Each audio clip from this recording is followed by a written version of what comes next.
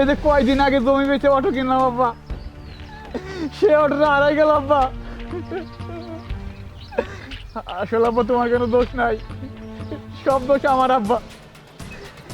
আজকে আমি যদি বাদামে না হইতাম, আমি যদি ঠিকঠাক করে কাজ করতাম, চাকরি করতাম, তাহলে এই বুড়ো বসে তোমার অটো চালাইতে হইতো না। তুমি আমার অনেকবার কইছো আব্বা আমার কাজ করতে, আমি তোমার কথা শুনি না আব্বা। আজকে আমার মুখের দিক তাকাই, আমার সংসারের মুখের দিক তাকাই তোমার এই অবস্থা হইলো।